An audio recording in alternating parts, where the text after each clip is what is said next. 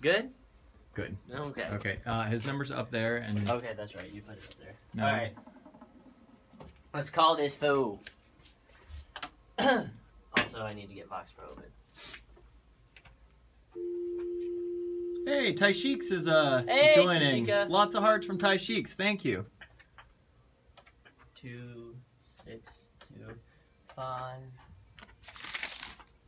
I'm sure he'd appreciate me giving his phone number. What up, Ty Sheiks? I know Congrats again on your promotion. I also heard you got an office. She did. She got Erica's. Not gonna lie, I wanted Erica's office. She's got it decorated too. It's all nice in there. Not sure I had a use for it. I just wanted it so I could have an office. I probably would have never gone in it, but I still actively was pursuing it. What's Brandon's name? Oh, I will. I want to see it. I want to see what you did. Justin says the artwork is really nice. Your call has been forwarded to an automatic voice message. Brandon. Let's try it again. 1 6 2 1 5 6 1. It's always so frustrating with the call. Brandon, right? Should we put this on the selfie stick thing? Because Yeah, here. Throw it on there. I don't know how to do this. You don't know how to do it? Yeah. Okay, hold on. Hey, Tashika. Oh, sorry for the shakiness. I'm trying to put you guys on a selfie stick. They're really cheap, actually. If you want a selfie stick, Dude, I'm gonna kill this guy. selfie stick, you should check out Walmart. They're like $10. All right, there you go. Gotta get sideways again. It's kind of on there. Yeah, here you go. All right, there we go. Why is the camera flipped this way? I don't want the camera flipped I this was way. looking at it so I could see, so they weren't shaking too much. 62.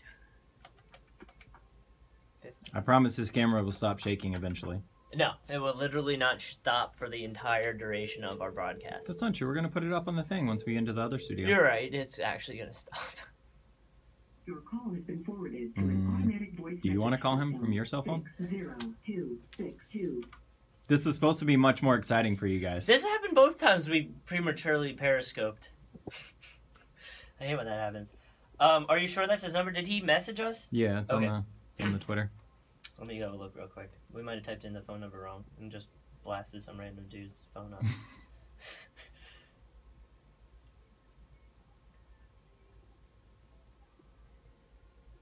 He said what time? At 10:14 a.m.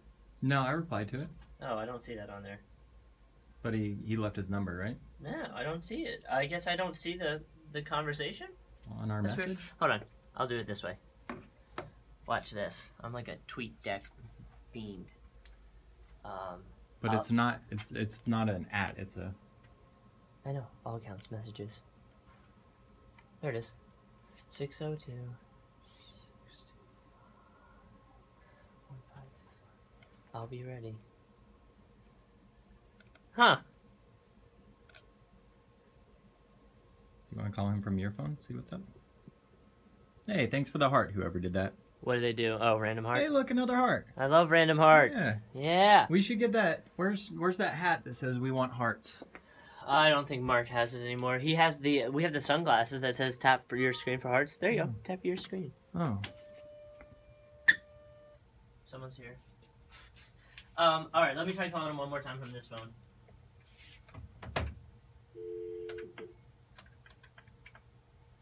Oh, look at all that love. We're gonna start talking about NBA stuff eventually. I promise. We actually do talk NBA. It's the problem is some people don't pick up their phone sometimes. Well, we good though. Hold on. Did we retweet this? Okay, good. Did we? No.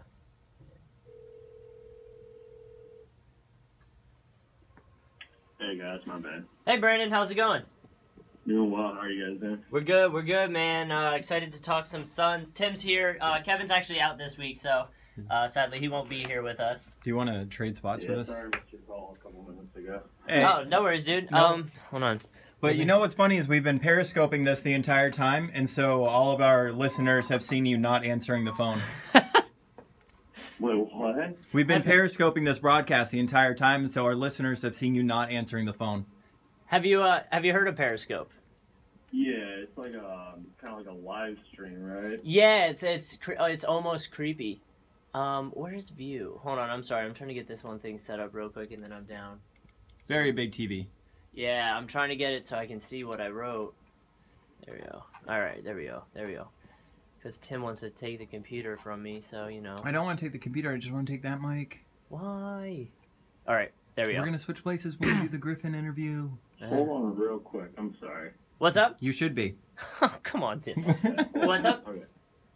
Sorry, I was having some technical difficulties as well. I could barely hear you guys. Oh, are you? You can hear us now? Are you good? It Yeah. might be on our end. Well, legitimately, I'm like 4 feet from the mic, so. All right, we're good. Wait, you still there? Yeah. Okay. Sorry, I pressed the button. I want to make sure. Okay. So yeah, let's hold on one second. Let me pull up my recording thing. All right, so Tim, we'll switch spots. I'll take this, and I'll jump over there, Yeah. and you can start it. There you go. Oh, hold on, let me turn down the volume. There you go. Alright, so that way we don't get that weird thing in the background like we did that one time. I mean, you know. So you can probably hear me a little bit better now, I'm presuming? Yeah, definitely. All right, cool. Yeah, you're live on Periscope right now. No one can see you, but they might be able to hear you. Oh, actually, hold on, Tim. Can you turn? Actually, we're gonna turn you up so they can hear you for sure. Just turn that to more. I did. Okay, keep talking. What's up, Periscope? That's good. Better? Yeah, that's good. Okay. Oh wait, you want to keep it on the side? I forgot. All right, and Brandon, you can hear me over here pretty well. Yep. All right, good. Just making sure. Oh man, you know, I wrote down everything except for real quick, dude, your Twitter is at BRANDONCONDRON. Yes, sir. You have a lot of ONs I know. and R's. It's a little bit. Yeah, tricky. That was I was telling Tim that I was like, dude, this guy's got so many ons in his name. Yeah, you do. You have 3 ons in your name. You know that might be a Record? No, there's definitely not. You know, speaking of records, did you hear Carmelo tried for the world record in high fives and he failed? Oh, my. Did he really? Yeah, at the Kids' Choice Awards, he went to do a bunch of high fives and he didn't set the record. Like he didn't do enough or something. No. Well, Like Stuff I've look good. you know, they never show those videos though, but I'm sure there's many more of them, like where people try to set a record and just don't. I've only ever watched, oh my gosh, we set the world record in how many hot dogs I ate in 1 minute. It's never like, I came one short, but I almost set a record. It's like, this is what Justin thinks. this is what I think about in my spare time. Alright. 3. Also, I think it's kind of funny. So hold on, how should I intro you? I want to give your video page on YouTube a shout out. What would be a good title for that? Yeah, I guess this time we can do it a little bit similar to last time. I guess you could say. That's a tough one. Shooting guard? TV. What's Grandson's, I guess you could say news and game recap. That's News. really all I do. If there's any Suns news whatsoever, I'll make a video about it. Brandon Condren's Suns. Okay, Brandon Condren Suns TV news and game recap on YouTube. That works. Or YouTube channel, is that what I should say? Yeah, we'll do the YouTube channel. YouTube channel. All right. Like you guys, I am. That's kind of the goal. Like, I want to just have like my own thing, like permanently. You know. Well, the great thing about YouTube is that it is permanent. Yeah, that's true. You know, and that's the thing is actually, Brandon, for your wow, my hair is a mess. Your thing for your YouTube thing could almost work with Periscope because pretty much you could live record your YouTube segment and pretty much do it on Periscope, and then they would and then you can just put it on YouTube because it's filming and it saves the whole thing for you. So that might That's very true, actually. that might be something to look into. That might actually be helpful. I don't know. I'm sure you do some editing to it as well. Yeah. So that's I know that Periscope like blew up recently. You know what I mean? So that would be really good to probably do it now. yeah. The other problem is, and me and Tim are running into this. Periscope likes the phone. I actually have it the wrong way right now. Yeah, you're gonna have to fix that. I'm going to, Once we but start the interview. the listeners were complaining that we were sideways, Were man. they? Yeah. Oh. So I put it up because, you know, on YouTube they want it to be sideways, but on Periscope they want it to be up and down. So it's you know, it's a whole thing. Oh, Yeah. that's funny. I guess we'll have to figure out what we're gonna do once we get in the other studio. We'll just have to record with two and just have one actually filming. Yeah. Okay. Well, we'll get started. All right. I want to put this on here, but I don't want to. Don't. Just don't. Okay. Don't put us off air. Yeah. We're recording in a radio studio right now, and I'm terrified that if I put my iPad down to rest it, all my questions are on my iPad for you. I'm going to turn the radio station off, so All right. don't want to do that. All right. 3, 2, 1. And joining us again, a very special friend of the Drive and Dish podcast. We have the News and Game Recap YouTube channel. That's awful. Let me reword that. Brandon Condren, who has... Hey, there you go. Much better. All right, and joining us again, a very special friend of the Drive and Dish NBA podcast, we have Brandon Condren, who has a Suns TV News and Game Recap channel on YouTube. Brandon, how's it going, man? Doing well, guys. How you guys doing today? Oh man, thanks for coming on. I'm a little rough today, but it's all right. You know. Sorry to hear that, guys. Yeah. I'm honored to be back here with you guys. I love your guys' show. Oh. And I'm just so glad to be back to talk Phoenix Suns basketball. Well, speaking of Phoenix, how's the Heat doing over there for you right now? Well, I'll tell you this much: it's not pretty, man. And then it's monsoon season that time, so it's a little bit tricky. It gets a little bit humid. Yeah, it's tough. I mean, you don't want to go play basketball outside. I'll tell you that much. So I don't know if I told you this before, but I used to live in Tucson, and everyone called it monsoon season, and I was always like, you mean when it rains? Exactly. People in Arizona are crazy about it. But speaking of the Heat, right now in Las Vegas, the very hot, and thank God for it, for the NBA because of the doldrums of the summer, is the NBA Summer League in Vegas. And I want to talk to you a bit about that because we've had a chance to see TJ Warren get some playing time, Archie Goodwin get some playing time. But before we talk about those two, I want to talk to you a little bit about Josh Harrelson. He's a second-round pick from back in 2011, and he has been playing what I think is fantastic basketball for the Phoenix Suns in Summer League. What's your take on him? Is he going to get a training camp invite? Well, you worded it perfectly. Will he get a training camp invite? I don't see why not. His numbers have been better than what I expected him. And I do remember him from a couple years ago, but I also kind of knew that he also fell out of the NBA in a way. Why not? The Phoenix Suns are clearly still in the rebuilding phase despite the good season that we had in 2013-14. So we could use a player of his talent. I know that it's just Summer League, but his numbers have honestly kind of been scary. If he feels confident in coming to us, and if we feel confident having a player like his style, if he can help put up the numbers that he's put up in NBA Summer League, we're already bringing in a whole bunch of new players. Let's do it. Sorry, I had a thing go off right there. 3, 2, we had to take something down on the computer, turn the sound off. We're good. 3, 2, 1. I mean, the thing I like about Josh Harrelson, so he's a center who can step out and hit the three, which is incredibly rare in the NBA. You know, Spencer Hawes is the only other one I can really think. Matt Bonner maybe too. Josh Smith. Josh, but he's not a center nor can he hit a three. But he, he's a stretch five who seems to always make the right play, and I do hope for the Suns' sake that they do at least invite him over to training camp because, as everybody knows, the Suns do have that open roster spot right now with only a 14-person roster spot, so they do have that spot open. Absolutely.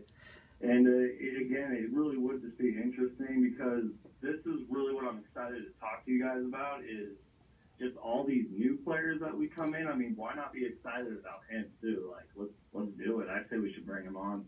So, Brandon, this is my question because, Tim's obviously pretty big Suns fan, and obviously you are too. So I'm looking at it from the outside. So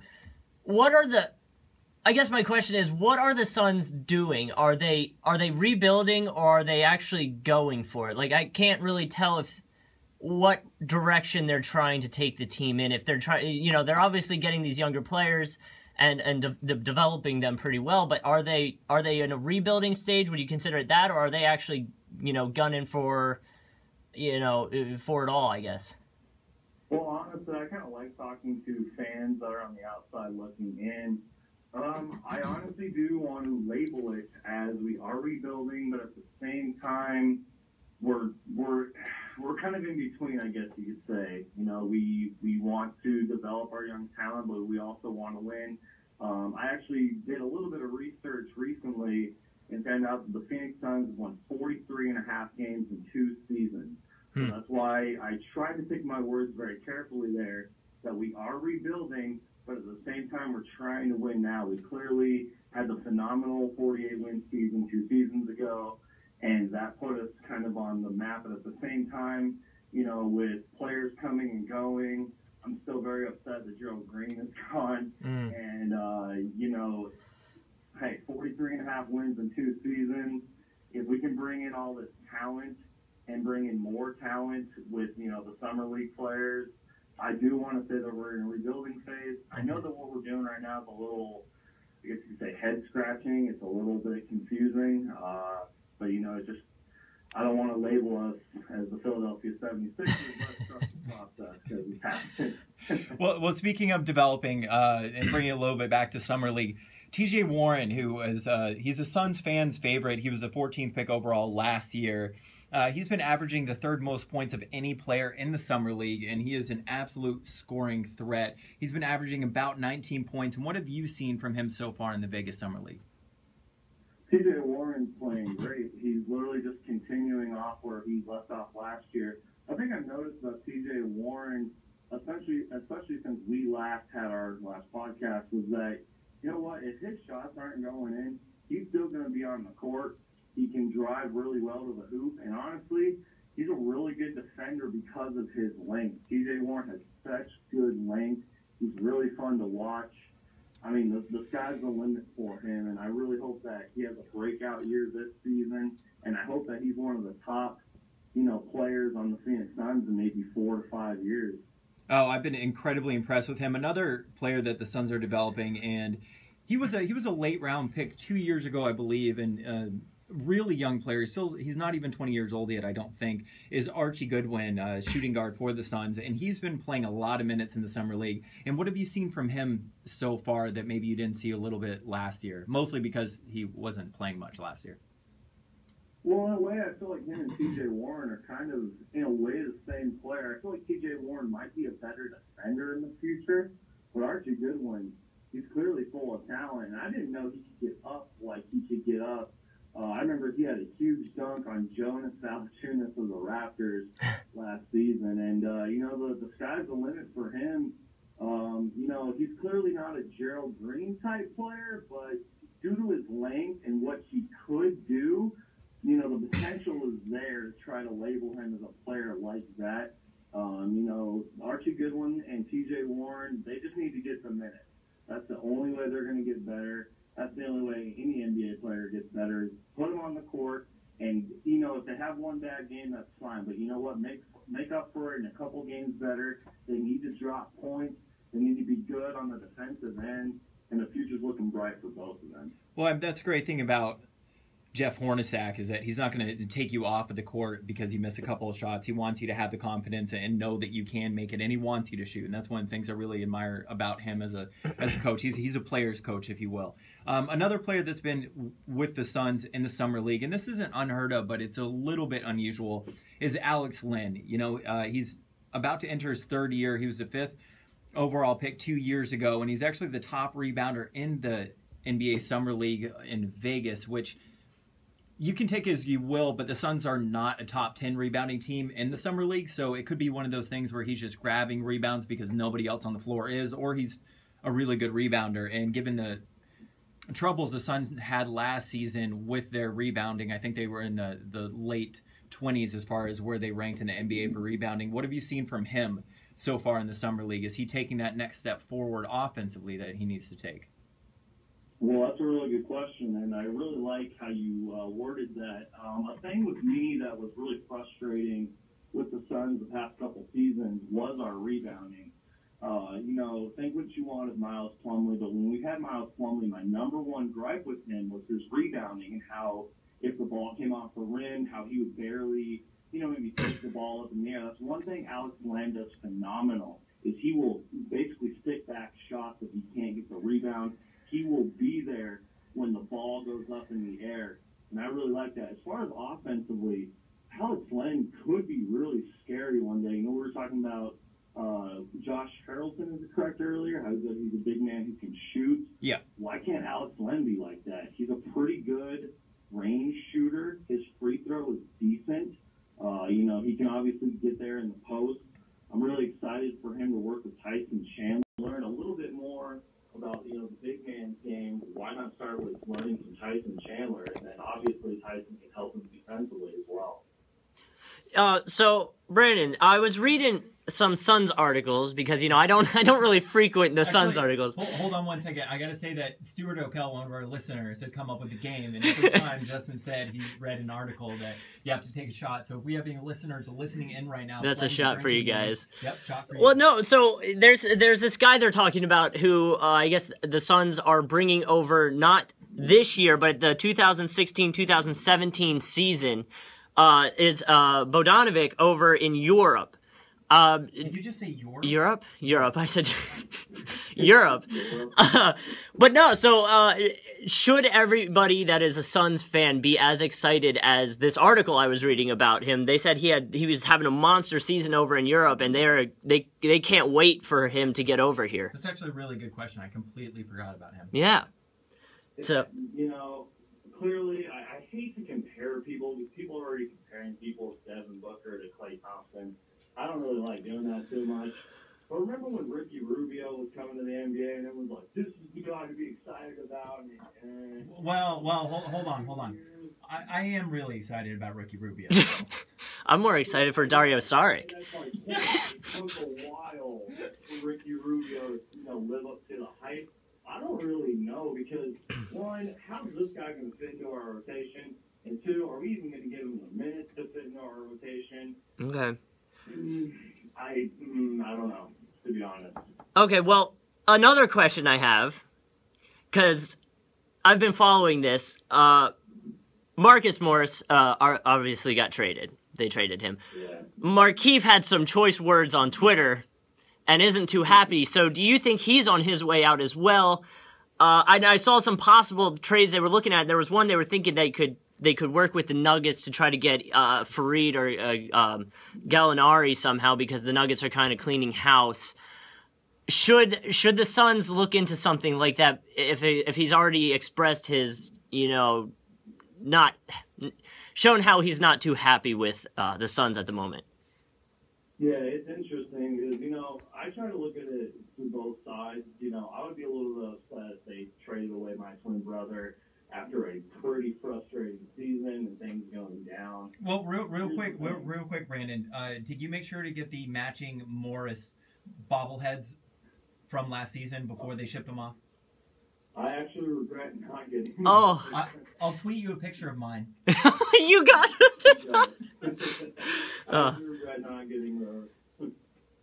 Oh man. So do you think they should look into someone like Fareed or another person they were talking about is maybe Ryan Anderson? I know Tim likes Ryan Anderson from the Pelicans. Do you think they should explore that, or should they, kind of stick with him, or do you think he's going to want to play and he'll have a good season, or is he going to be, in this funk because he's not happy? Well, I'll go off what I was saying. Again, I look at it through both sides. I would be very upset if they traded away my twin brother. However, this is a business. We do know that both of the Morris twins clearly have discipline issues. Yes. And that this season, none of that will be tolerated whatsoever. We are going to see a different team, obviously, and I hope that maturity is risen this season, and that goes with Markieff Morris. Here's the thing. If we do even consider trading Markieff Morris, we better get a Kenneth Fareed type player on our team to replace what we've lost with Markieff Morris. I like Ryan Anderson too, I just don't know if, I feel like we'd have to get a little bit more with Brian Anderson. Okay. But yes, if we do get rid of Marquise Morris, we should get a Tannery type player. Now, as far as pursuing it, I don't know if the Suns are actually going to do it.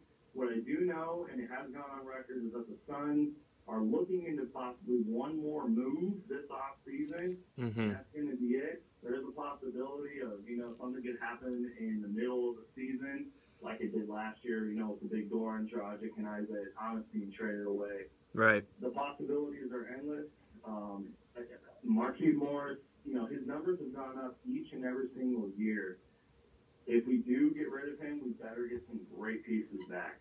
Yeah, I think that Markieff Morris is the best player on the Suns. I guess we'd be remiss to not mention that they also ended up shipping away Danny Granger, Reggie Bullock, and Marcus Morris. And one of the things that Marcus Morris had said was the reason why he signed such a team-friendly deal. And just to remind everybody, it was 4 years, $50 million roughly combined for the two players, which is a steal for those two players, especially with the new cap situation that the NBA is going to be entering in.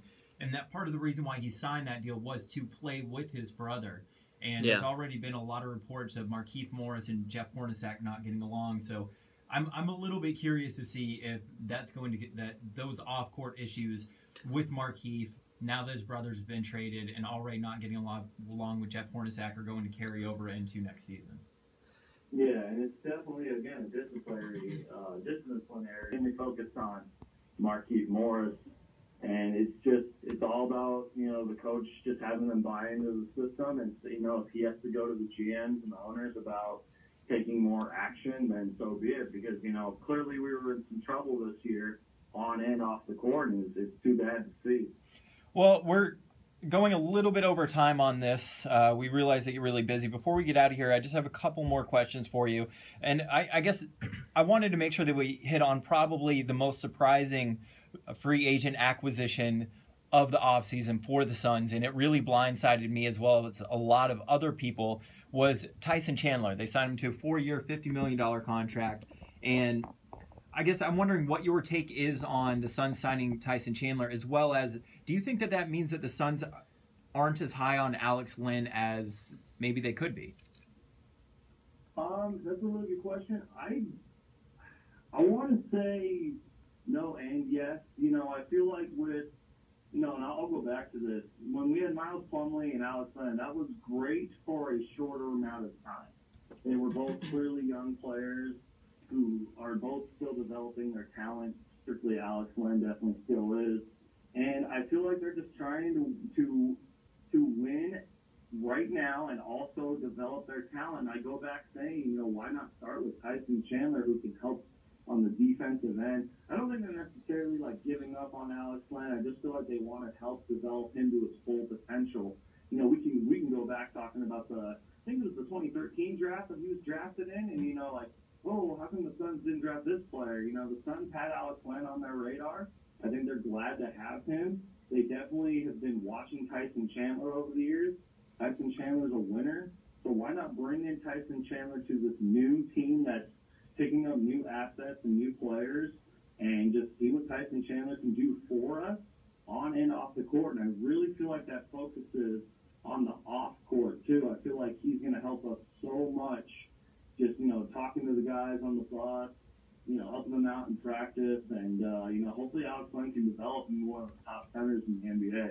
Well, I know that Ryan McDonough had mentioned that in the exit interviews after this last season, that a lot of Suns players had mentioned that they just didn't have enough veteran presence on the team, and that was an issue for them. Two more questions. One is, so the Suns just re-signed Brandon Knight to a 5-year, $70 million deal, and I guess I'm wondering if you think a starting backcourt of Bledsoe and Knight is enough to make the playoffs in the Western Conference.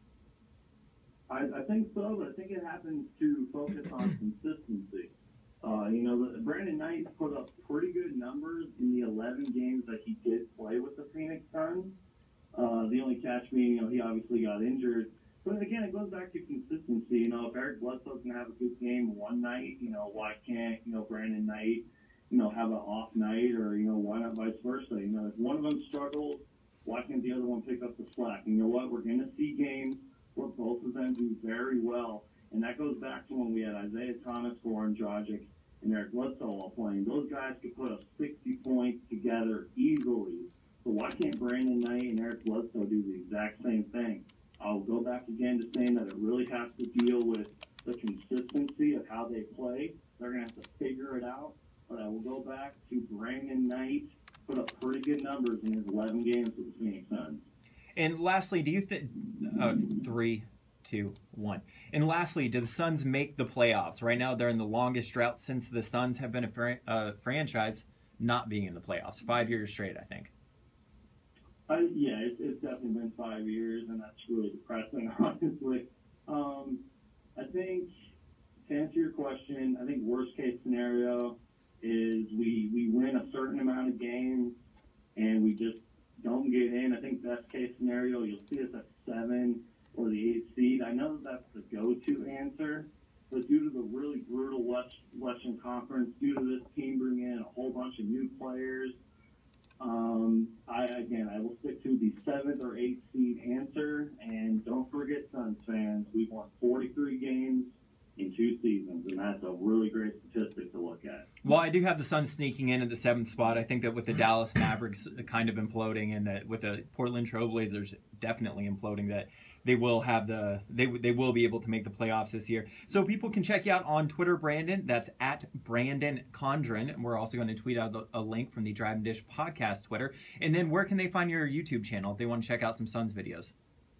Yeah, it's youtube.com/Brandon Condren. That's BrandonCondron. And it's Brandon Condren TV. So check me out, guys. I make Phoenix Suns videos. Anytime there's any source of news with the Phoenix Suns, I will make a video about it. I'm just a really big, loyal Suns fan. I love talking Phoenix Suns. And just stay patient with us Suns fans. You know, we're figuring it out, and I'm really excited for the season to start. Well, thank you so much for joining us. We'll have you on again soon. Awesome. I appreciate it being back on the show, guys. This is a blessing, and you guys are really awesome. Thank you so much for having me back on. Yeah, man. We'll see you later. Yep. 3, 2, 1. Okay, awesome, Brandon. Well, thanks so much, man. I got to get off the phone now because we have Griffin Conley who's been waiting for we're running about 40 minutes late on his interview. So we will we'll tweet you a link as soon as it's up.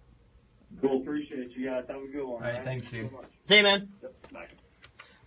So real quick. Oh, don't save it. If you want to keep it as the same one. Oh, you mean save that? Yeah, I mean save that. This I'm gonna grab some coffee. Okay. I'll pull up his phone number. Yeah, he's probably Pissed? yeah. I mean, you know, Brandon interview. You guys want to see something cool? Hold on. Here, look. Let's see if I can get it at an angle for you. This is our recording software type stuff. And you can hear, I can go through it fast when I'm recording or editing, and go through it. Hold on, let's find. And go through it in.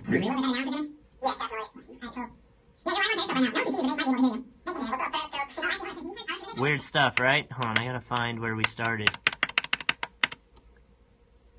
B-R-A-N-D-O-N-C-O-N-D-R-O-N? You have a lot of O-Ns. Did you get Carmelo tried for the world record in high fives and he failed? Oh. Yeah, it's true. They never show those pictures. I'm not sure there's many more of them, like where people try to set a record and just don't. Oh my gosh, he set a world record and he's not all day. I came one short. My almost set a record. This is what Justin thinks. So hold on, how should I intro you? I want to give your video page on YouTube a shout out. What would be a good title for that? Yeah, I guess that's something we can do a little bit, like last time, like last time, I guess you say, Suns, Shit, man, we talked for so team long. news and game recap on YouTube. That works. YouTube channel, that what I should say? Yeah, I'll do YouTube channel. YouTube channel. Alright. So like you guys, that's kind of the goal. I want to just have like my own thing, like permanently, you know? Well, the big thing about YouTube is that it is permanent. Yeah, that's true. You know, and another thing is actually, Brandon, figure out, do you think? You can just play on YouTube because it's filming and it saves the whole thing for you. So yeah, that's very true, actually. That might be something to look into. That might actually be helpful. I don't know. I'm sure you get some editing to it as well. Yeah. So, I know that Periscope like blew up. I'm going to, but the listeners are complaining that we were sideways. Were they? Yeah. No. So I put it up because, you know, on YouTube they want it to be sideways, but on Periscope they want it to be up and down. So, it's you know, the whole thing. Oh, yeah. That's fine. We'll have to figure out what we're going to do again. The other season. We'll have to record it too. And just have one actually filming. Yeah. Okay, well, we'll do Jesus. The only questions on my iPad for you. I'm going to turn the radio station off, so. All right. 3, 2, 1. Found it. 21 minutes. That's fine. No, that's good. All right, what's Griffin's number? I'm getting it off my email somewhere. Connolly. What's that? Are you talking to our people? Yeah, I was showing them how to do Vox Pro. Oh, I'm sure that was really interesting. I'm sure they loved it. We went from 5 to 2 people, so they Well, really there's more people on. they really loved it. On Yeah, I know. online. Oh, look, basketball's on TV. Here, I guess. Oh, you can't zoom in? Oh, you can. Look at that. I don't know what it is. Oh, here.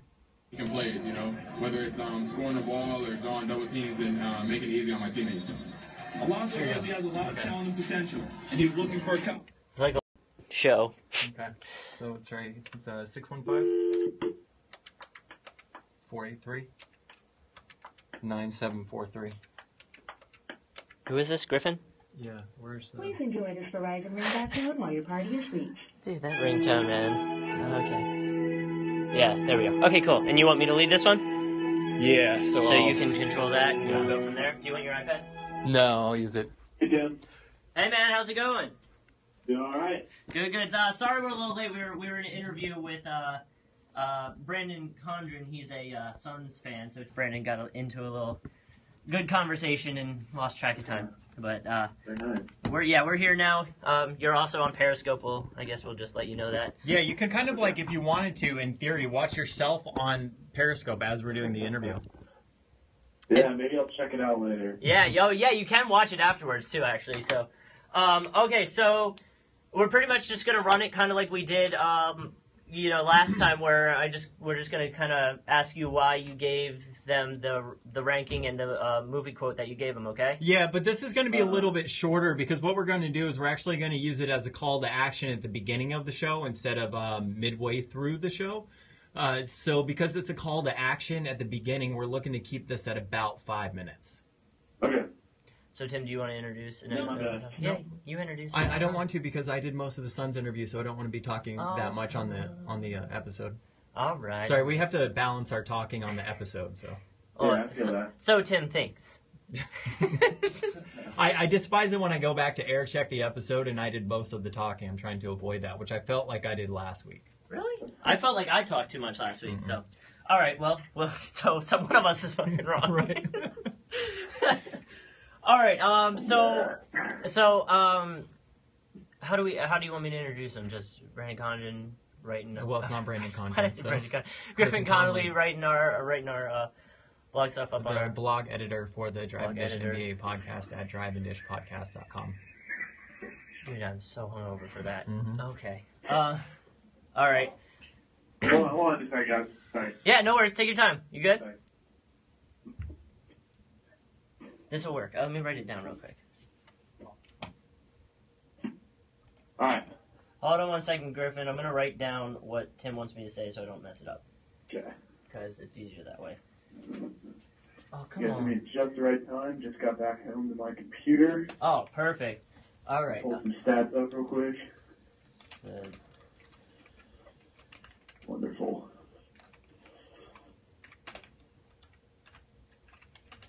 Editor or writer, do you want me to say? Editor. Editor? Yeah, that's your official title. Editor, yeah, Drive and Dish blog. Yeah. Somebody else actually hit me up asking if they could write for it as well, and I just want you to know that I said no. Oh, wow. There you go. We got you holding it down. Very well, shut down. Shut down, sit down. Yeah. All right, so yeah. At driveanddishpodcast.com. But yeah, the blog's actually been doing really well, man. So far, the page views were already, the website hits were at double our best month, and it's only the 17th right now, or 18th. Yeah. Oh, wow. And then the blog is, I've been looking at the stats, and there's certain days where it's getting, between 60 and 70 reads a day, which is considering it was getting about 2 before.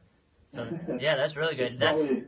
Is there a way? It's probably all just friends and family for my Facebook. Hey, even so, I mean, anything. Numbers are numbers. You know what I'm saying? Like 11% of the hits are coming from Twitter, so whatever we're doing via Twitter is working to a certain extent. Oh, cool. Is there a way we can print out those numbers, Tim, or take a screenshot of those numbers for him?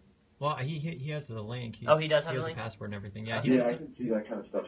Because that's definitely some good stuff to put on like a resume type. You know, if you go in for interviews and you can show them, look, this is what was happening to the web page before I started, and this is what's happening to it afterwards. That's a pretty big, that'll carry some weight, even if it's just a podcast, and but it'll be good. It'll be good. All right, let's start the damn thing. Stop talking numbers. All right, ready? Yep. All right, 3, 2, 1.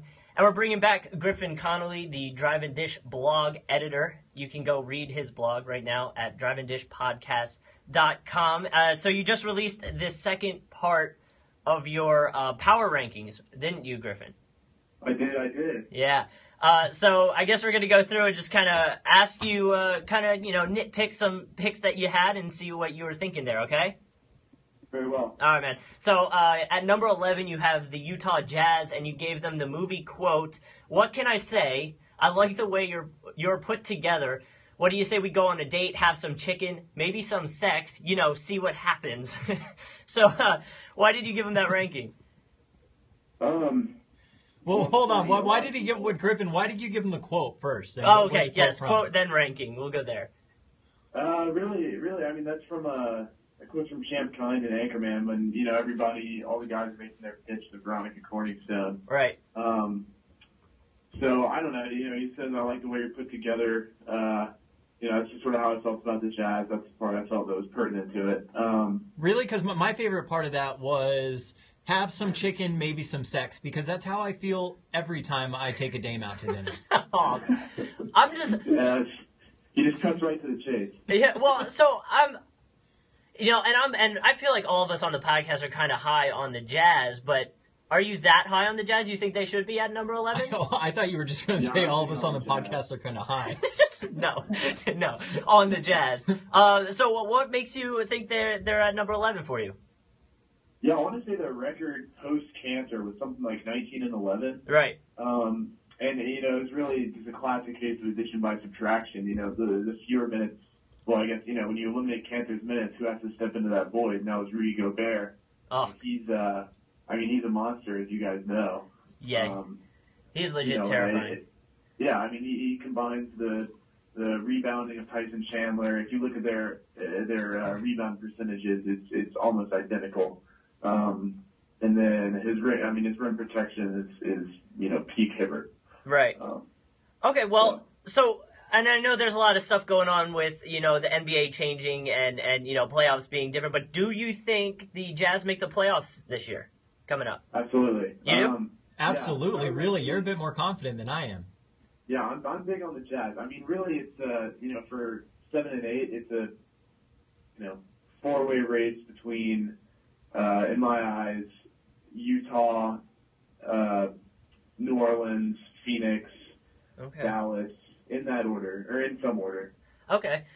So what's your take on their point guard, dilemma thing they've got going on at the moment?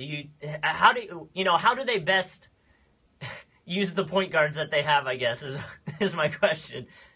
Yeah, I guess it's going to be sort of by committee. Okay. They've got a couple of young guys, Exum and Burke. Burke can't shoot. Exum, I don't know if you guys saw. Exum can't play, so between the two, it's just a bad combination. Well, was it Exum that? Oh no, never mind. We're gonna take that out. That was Marcus Smart that dislocated his finger. Yeah, we're good. Okay, if you can say your next comment if you have one. I'm trying to get back on track. Let's see. Between Alec and Burks, and Burks can't shoot. Okay. All right, let's go. I got it. All right. Yeah, and did you guys by any chance see that Trey Burke got invited to the Olympic tryouts? I did, yeah. Oh. That's insane to me. It's like, Jerry Colangelo invites,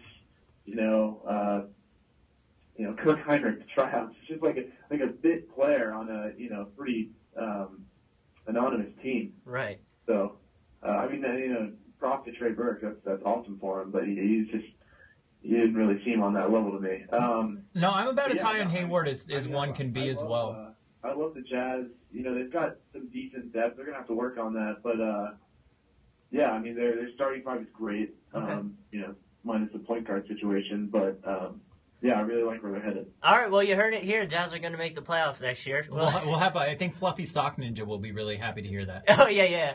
Okay, so the next team we wanted to highlight, you have the Wizards at number 16, and you gave them the movie quote, you dirt bags have been in third place for 5 years. And I want to say, I feel like that should be the quote for the Grizzlies, first off. Oh, that's fair. That's very fair. So, well, why did you give them that movie quote, and also, why do you think they are at number 16?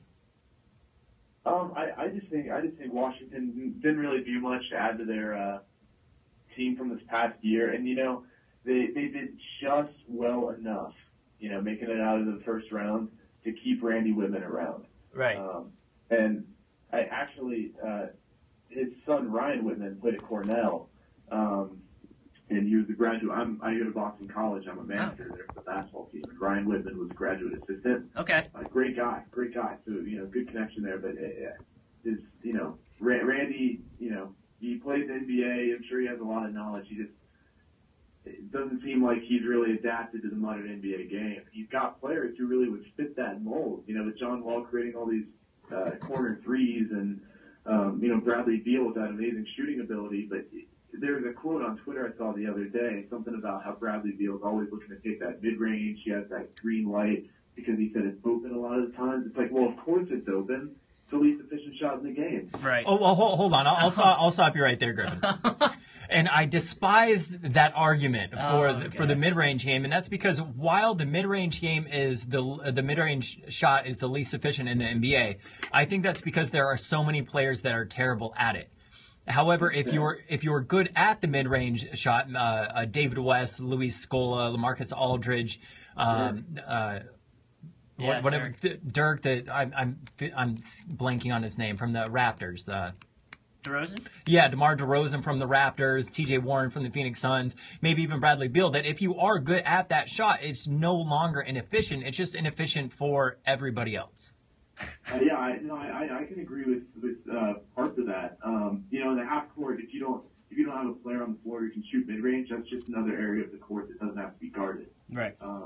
You know, I mean that helps make the offense more dynamic when you have people who can shoot from every spot on the floor. I just think there aren't, you know, it's finding a guy that can, you know, shoot very well and efficiently from the mid range. It's few and far between. Right. But I mean, having it is definitely a good thing. I don't think Bradley Beal is quite there yet, where he, you know, his percentage validates the amount of shots he takes from there. It's something like 40%. Yeah, no, and I'm fine with that. I just don't like the blanket statement that the mid-range game is the least inefficient. I think it's the least inefficient, you know, not to keep beating a dead horse, but because there's players that aren't good at it taking it.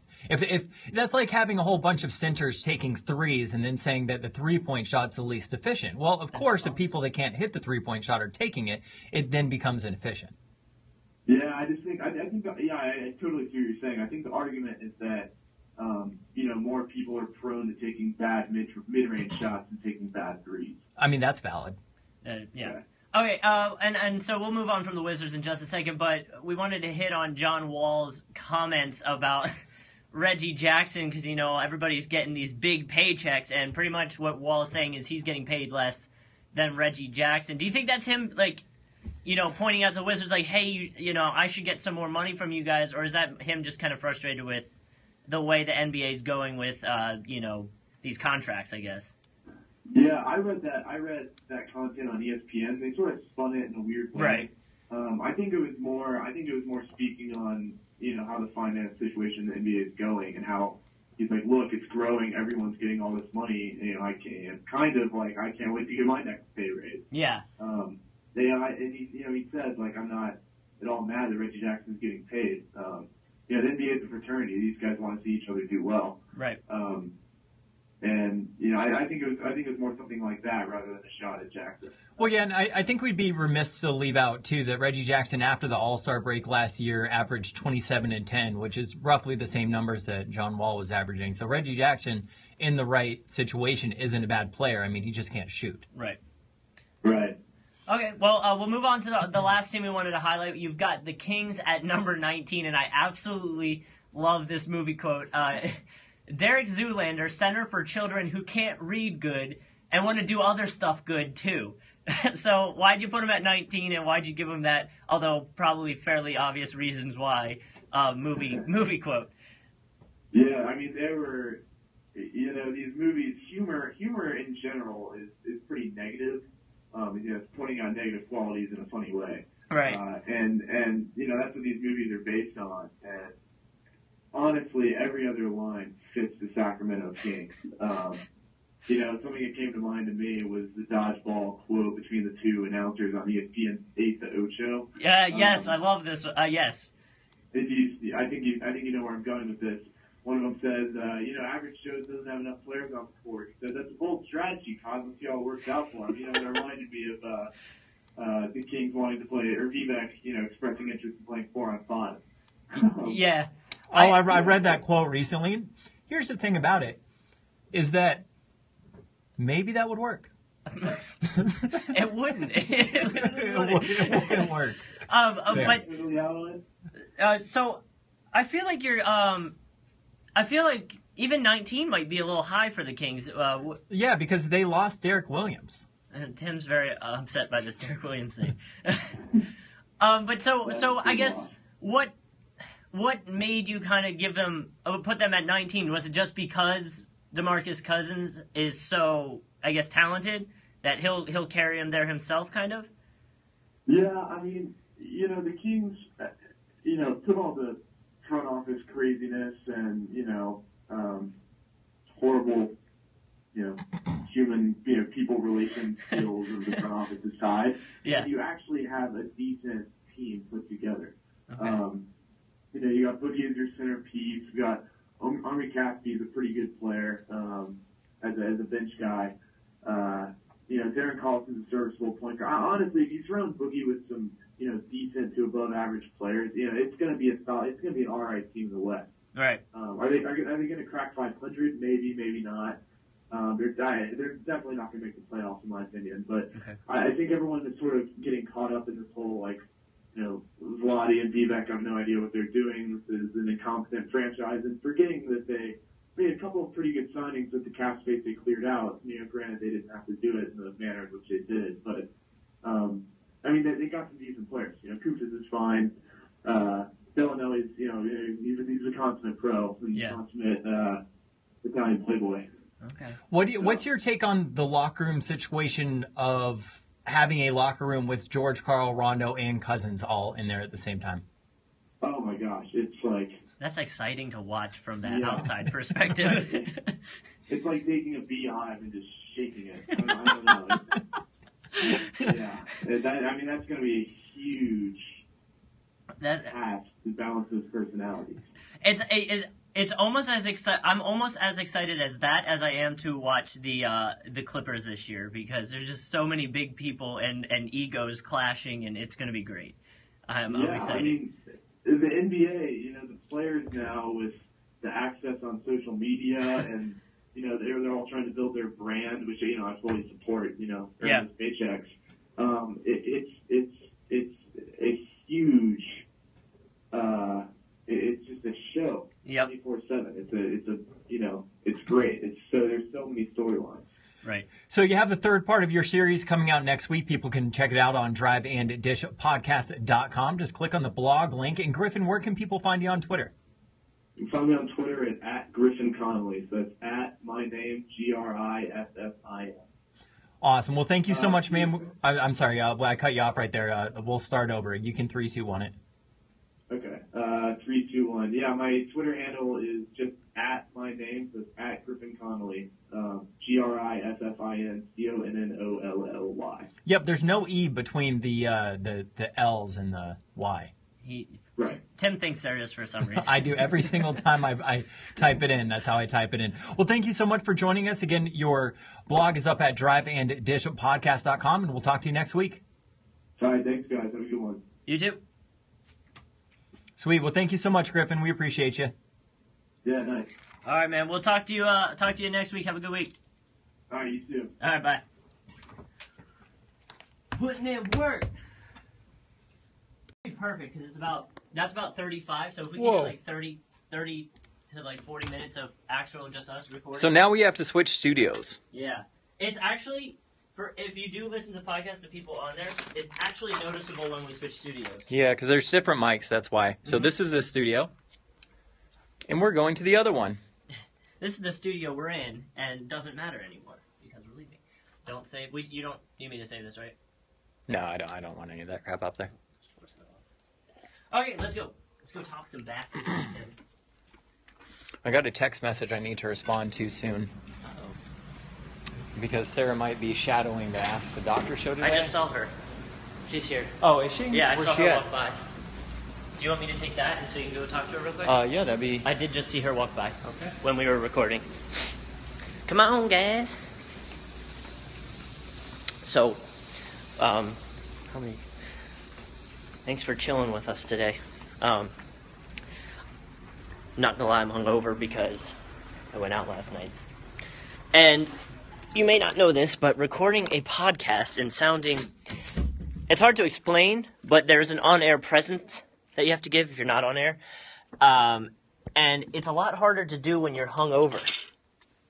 And you'd be surprised at how hard it is. Even though I am very excited to talk basketball and stuff like that, it's just a certain way of talking and speaking that you have to do. And when you're hungover, it's a lot harder to do. But if you have not heard of Goody's headache relief shots, you should check them out. And I'm not getting paid to do that. Say that. They're just actually really good.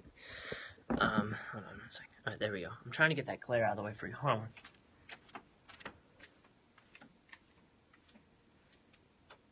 Oh, no, that didn't work. There we go.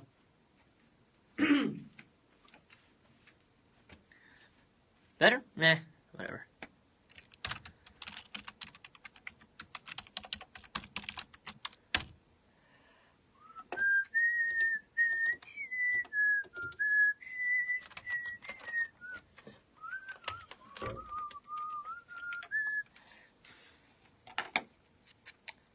So today we're going to talk, what are we talking today? We're talking Clippers. We're probably going to talk mostly Clippers and whatever the hell's going on there.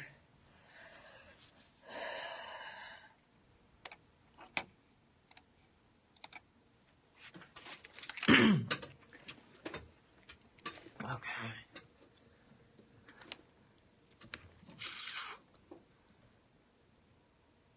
There we go.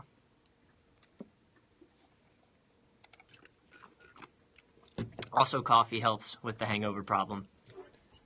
All right, so you gotta do solid on that. Is that once that the battery gets down to red, we have to stop, because if the phone dies, I can't save the video onto my phone to upload to YouTube. Okay, I'll keep an eye on it. So, guys, if we cut out halfway through, it's because we don't want Tim's phone to die, and we want to be able to share the video you've been watching with everyone.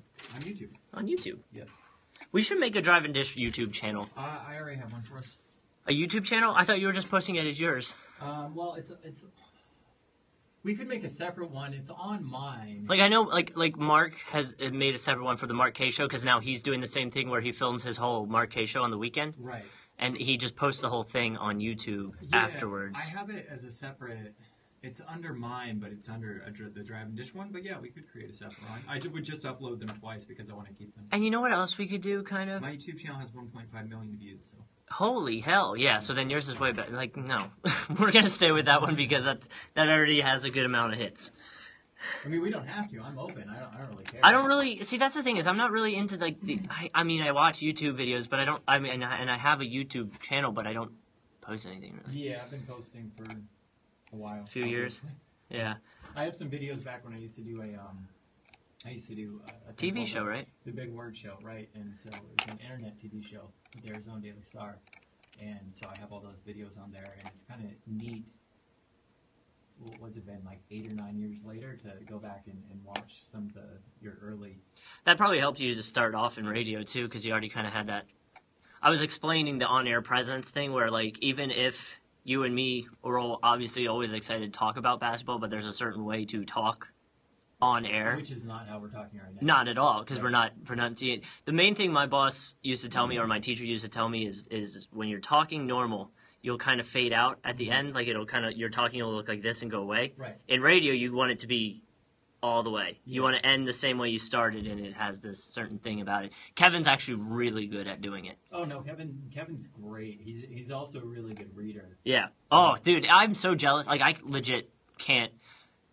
Like, I'll read for like script when I have to read a commercial. It'll take me like 3 tries if it's the first time I'm reading it. Well, Kevin has a type of voice to where his opinion seems valid just because of the That's way fair, his voice sounds. And I help him out with some effects on the. Yeah, well, whatever. But I mean, it's still the same way to where he sounds like he has a valid opinion just because, like, No matter what he says, it Right. sounds right. and that's that's useful for sure. My lady friend wanted me to do my radio voice for her, and I was trying to. I hate when people ask I that. despise it also. It's like, what do you want from me? Right, and I'll do it, but I hate doing Oh, it. see, I always do like, and you're rocking with Justin. They're like, that's not it. I'm like, yes, that's my pretentious asshole voice. Right, don't ask me these fucking questions. Yeah, don't ask me to do that. I'll do it, Right. although I have been drunk and caught myself, like, doing it. And when I do it, it's like my voice just carries. So, like, people will be at the bar across, and I'm like, dude, you're so loud. That's why I'm in radio. Well, you ready? Yeah, you on 8? Shit. Whoa, they moved you around on me. Okay, you're right there. Let's, mic check real quick. Mic check 1 2. Mic Hold on, check hold on, 1 hold 2. on. I said that and I wasn't ready. I go. Mic check 1 2. Mic check 1 2. Yeah, you're good. 1 1. Yeah. Okay. And we are a go. What do we want to intro with? Intro banner. Intro. Oh, god damn it. We could talk about Carmelo's high five fail. I think that's hilarious. I was. What about 50 Cent going broke? We can talk about that because there's actually an interesting thing about that. And then we have to mention Kevin not being here again. But I actually have something for that too, and we'll save it for the. So how do you want to do that then? Just intro it, and we'll talk 50 Cent, and then we'll go from there. Okay. Ready? Yep. Oh God, I'm gonna puke. I guess this is okay right here, right? Yeah, just flip it around like. Yeah. I'll start with you. All right, go ahead. 3.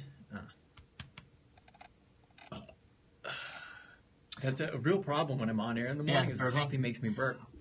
Where are we putting Brandon's interview? Right after news? Yeah. Okay. No, not right after what we come out of news with.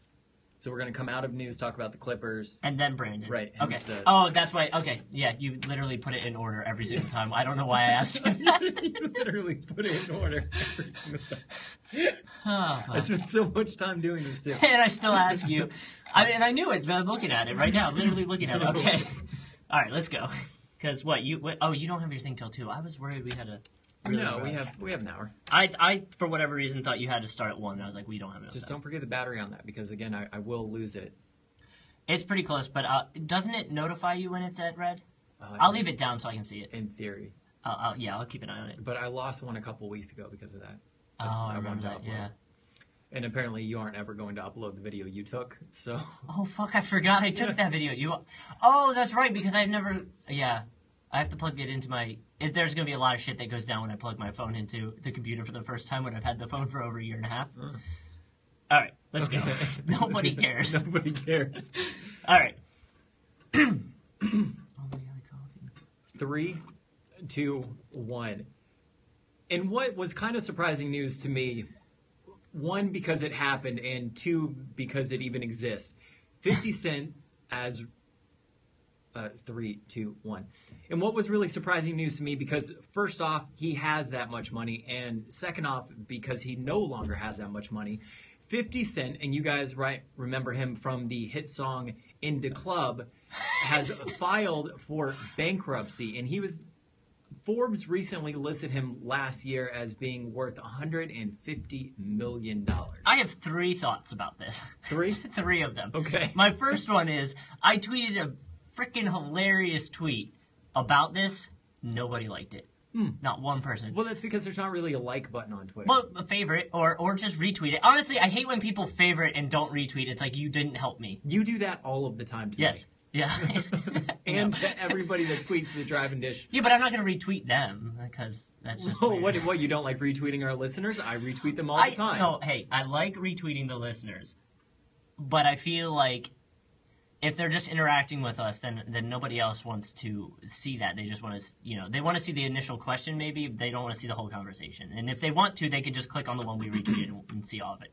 Back to 50 Cent. Okay. The joke was, 50 Cent's gone broke, filed for bankruptcy because he was partying like it was his birthday when it really wasn't.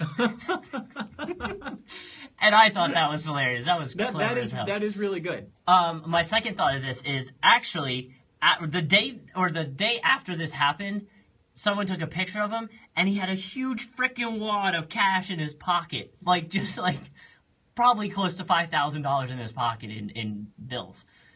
And then the other thing is, I read into this, and what he's doing, he's being sued. Yes. Because he Baby released mama. some sex tape. Yeah, some sex tape. So it's like $5 million they're suing him for. This is the second sex tape, I believe. Is it? Okay. So the one that he's being sued for, is that the one where he banged Rick Ross's girlfriend, or is this a different one? Hopefully, I don't know. Okay. But so what it is she's suing, and the judge awarded her $5 million, I believe it was. Mm-hmm. So she owes, or she's getting paid pretty much, and what he's doing is filing for bankruptcy so he doesn't have to pay it. Like, he has the money, but he doesn't want to pay it. So he filed for bankruptcy. That's the whole thing, is he does have the money. Right, Chapter 1 bankruptcy is not exactly maybe as people think it sounds so much worse than it actually is. Right. And that's, my coworker was explaining that to me the other day, and I was like, oh, I should just do that for, like, when I get a bill. Well, it's really going to ruin your credit. I remember. Well, yeah. I guess I'm really surprised at all that he has that money, but I was looking into it, and I'm trying to figure out how 50 Cent has all that money. He has a lot of endorsements and Well, what he did was that, I mean, maybe the endorsements count too, but he also put in, he bought some stock essentially with Vitamin Water. yes. And then Vitamin Water took off. Was Vitamin Water the one that he tweeted everybody else should buy stock in so that his money would raise, and then he got in a lot of trouble because you can't do that? And I wonder why you can't. Like, why can't you literally, no, because that's so illegal. Like, I realize it's illegal, but why is that illegal? You're pretty much manipulating the market. Well, that seems fine. No. That's like me buying a product and then tweeting out to my 300 people that actually care and 500 followers. Saying, buy this, buy some stock in this so mine can go up so I can sell it and get out higher than normal. You can't do that. Right. But for me So doing that's it, valid. me doing it doesn't really matter as much as 50 Cent doing it, where people will actually do what 50 Cent says because it's 50 Cent and he's famous. Right. So There was also, he was being sued another time because basically a headphone company went in and said, 50 Cent, we want you to do these headphones. And he said, yeah, that seems like a good idea. But then he pulled out of it and then like a year later released those same headphones. yeah. So a little bit of shady stuff going on. But while we're on the topic of 50 Cent, when I was 21, I was living in Arizona, and we used to go to Rocky Point in Mexico for spring break. And that was the summer that Enda Club came out. And every single club you went in, that was the only song playing all night long was Party Like It's Your Birthday. Yep. And that was it for an entire summer. So I have this soft spot, I guess, for 50 Cent because I keep thinking of that one summer spring break back when I was a young college kid such as yourself. I wanted to say, I'm not in college anymore. I graduated. Wait, what? You're still a youngin'. I mean, I'm almost 25. And by almost, I mean I just turned 24. Kevin's not here. Kevin isn't here. He called me, right? And this is what he called said. you from Portugal? Yeah, it really weird. I was like, dude, you're gonna make my bill really high. His bill. So we ended the call quick. But what happened was, at his wellness retreat, the last day, which was 2 days ago, apparently they did like a contest to see how well you know your breasts and your yoga poses, and Kevin won. That doesn't surprise me. So he won a whole another week stay, and he's like, well, I'm here, I'm just going to use it while I'm here. So he's going to stay another week, and that's why he's not here with us. The man boobs are real on Kevin. I mean, it's from all the benching we've been doing. Exactly. Benching gives you man boobs sometimes. Right.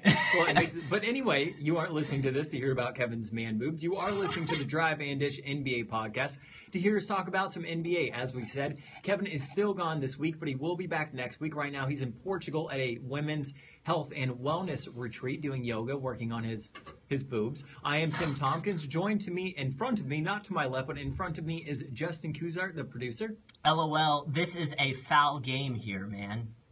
Who? Oh, you should know this one. You should.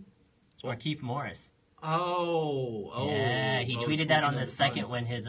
when his brother was yeah. I was stunned. I mean, it's a bold move. Well, it's a bold move, but it was also, from a basketball perspective, I was a bit bummed that they traded away Danny Granger because I was looking forward to see Danny Granger spending the last couple of his years in Phoenix. But also, Marcus Morris was on such a team-friendly deal, and apart from that, the court is a selling point for a team. And with the NBA, it's not just about basketball, but it's also about what can sell tickets. And they had the whole thing. They had the Morris brothers, and they had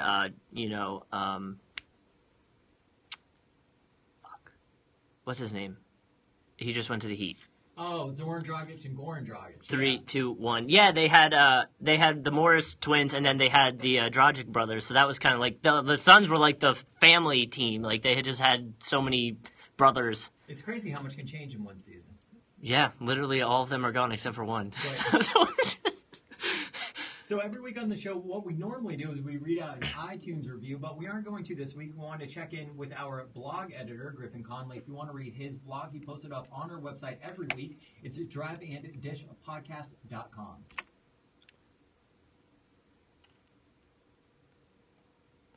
Coming out. What are we coming out with? News? Do we just want to go straight from that into news? We don't have to intro news because that little segment thing. Oh, I meant to tell you last week when we did the two segments that went back to back, it was straight random NBA player into mailbag. I did it that way, I think. You did. Oh, okay, but good. I love the segue. Yeah. Before we had done it that way before, we always have like, okay, well, let's get into mailbag. But that segue, I thought, actually worked out incredibly well. Yeah, no, it sounded great. I liked it. Yeah, it was good. Hi. What's up? You're live on Periscope. I am? Yeah, right here. I have a question. What's up? Okay, so all of them are on air right now. So, okay, a Fox News reporter called wanting a story about Governor Rick Scott putting the National Guard at the armories now. Mm-hmm. And he's like, I need somebody to file a report on this today and give me a call back wanting information. So I didn't know The only person here that could do that would be Annalise. Well, I don't know if I did it right, but I emailed Rich, and then I put in the WFP news in the email and stuff. Yeah, I tell Annalise too. I don't think that Rich can do it, but Annalise can. She gets. Anytime you do something for Fox, you pay like $50 or something stupid. Oh, that's nice. Yeah, it is. I'm in traffic though, so no one pays me to do that. It's alright, I don't get paid. Yeah. So I'm 100% like anything that happens on the Ape webpage is me now, and I didn't get any more money for it. That's how it goes. But anyway, let Annalise know if she's the one who can do it. Okay. And then if she can't do it, then in theory she could let Steph know if Steph wants to come in or something. But calling on a Saturday is kind of a bad day for them. Okay. You did it right. I did it right? Mm-hmm. Okay, I just wanted to run it by you. You did it halfway right. Your intention was in the right place. Halfway right's better than only one third right. Okay, So that's true. I mean, we'll take it. Yeah, 50% better than 33. Well, I asked the board 17% better. Hmm? I asked the board off, and he's like, I don't know if I'm rich. So I just called Rich, and then I just emailed somebody who can And you did a job. Job done. Okay, you guys have fun. It's all right. Jesus. Okay, so we're gonna go right into. So what we'll do is right after we say bye You'll just go right into this. to Griffin. Yeah. Okay, they'll go right into news, and so this will come out of news, right here. Just So like it says on the sheet. yeah, I'm marking it. It's more so I can mark it on the Oh. audio file. So when I go back and look at it, I'll see it. Okay, so let's jump into it. Well, because I feel like I'm doing a lot more of the talking and the Suns thing, do you want to bring it out of news? Yeah, we're gonna talk Clippers. Talk Smith going to the Clippers. All right, and that's what we're ending news with. Smith to Clippers. Okay.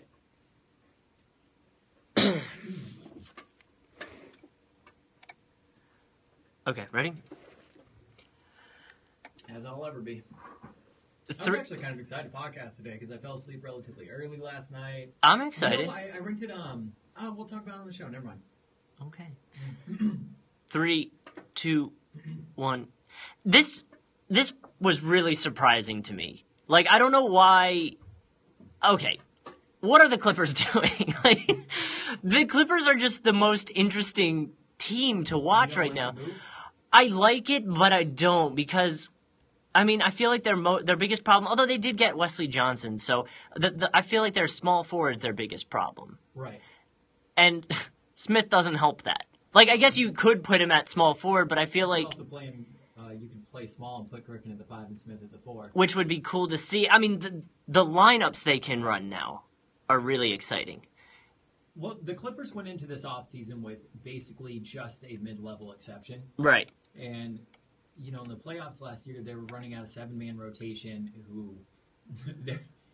Basically, their rotation off the bench was Hito Turkoglu, Glenn Davis, and Spencer Hawes. I'm gonna be honest. I'm surprised Turkoglu is still in the damn league. Like, I thought he was gone a while ago. but I feel like given the lack of room that the Clippers had going into it, I know that we previewed it a bit on the show a few weeks ago, that they were able to sign Wesley Johnson. They were able to get rid of Stevenson, and even if Stevenson doesn't work out, it's just a year. It's a year. And Smith's a year now too, so they can clear them out. So they got rid of the Hawes contract, and that didn't work out. But they got Stevenson, which is a lot of upside to that. They signed Josh Smith. They still have Jamal Crawford. They got Cole Aldridge as a backup center for Jordan. I don't know if you guys know this. I really like Cole Aldridge. I've been talking about him like I really like Cole Aldridge, although he's streaky as hell. But Well, what's funny is I was thinking about that when I was doing the notes for the show this morning, and I was like, "Oh man, Justin loves this." I just love Cole Aldridge. I don't know. I literally don't know. Like, there's no reason for it. I just like Cole Aldridge. It was one game I watched. The only game I watched of the Knicks this year. The only game you watched of the... He dropped like 22 points, and he just ran the boards himself. He took the team under his wing for that one game, and I was like, this guy. Well, who else on the Knicks is going to take the team under their wing, at least last year? No one. I mean, But, so, this is what the thing I was looking at, right? The league-wide average for effective field goal percentage last season was about .496. So 49%. Yeah, 49%. Smith was at about a 45, Rivers was at a 44, Jamal Crawford was at a 44, and Stevenson was at a 39. Literally all of them obviously below the average, so it's kind of... There's a lot of shooters. And the thing, I feel like the two things I see from this is I feel like Crawford's gone. Like, they're going to trade him, I feel like. Well, the thing about trading Crawford, though, is that they don't need him as much anymore. Right, because pretty much what I'm looking at is... Like, Stevenson can handle the ball. I don't think you really want Austin Rivers handling the ball for a long period of time. I was reading the thing, they kind of want Austin Rivers, although they have him listed as point guard, they kind of want him to be shooting guard. But then my thing is you have J.J. Redick, Lance Stevenson, Jamal Crawford, and C.J. Wilcox that can all play shooting guard as well. So it's like... But I guess you're right you don't really want Rivers handling the ball as much. So I just don't... They have weaknesses, and I feel like they're not addressing those weaknesses, although they are going smaller, it seems like. I don't know. I disagree with you. I mean, they still have a problem at small forward, but you can play Wesley Johnson at small forward. I do like that pickup, actually. I like the pickup a lot. I just think for what they had, going into it, where they had essentially in the playoffs was, again, a 7-man rotation. Right. They had Hito Turkoglu, Glenn Davis, and Spencer Hawes coming off the bench. And, of course, Jordan Crawford. But that's it. They're essentially running out that 7-man rotation in the playoffs, and that's kind of what killed them in the playoffs. But I feel like now they could legitimately run a 10-man rotation in the playoffs. Right. And I guess people are probably wondering why the Rockets didn't retain Josh Smith. And just to throw that out there, and this is kind of an olive branch to you and Kevin, was that the Rockets basically only had the mid-level exception to use, and they want to use that on KJ McDaniels. So that's why they didn't keep Josh Smith. But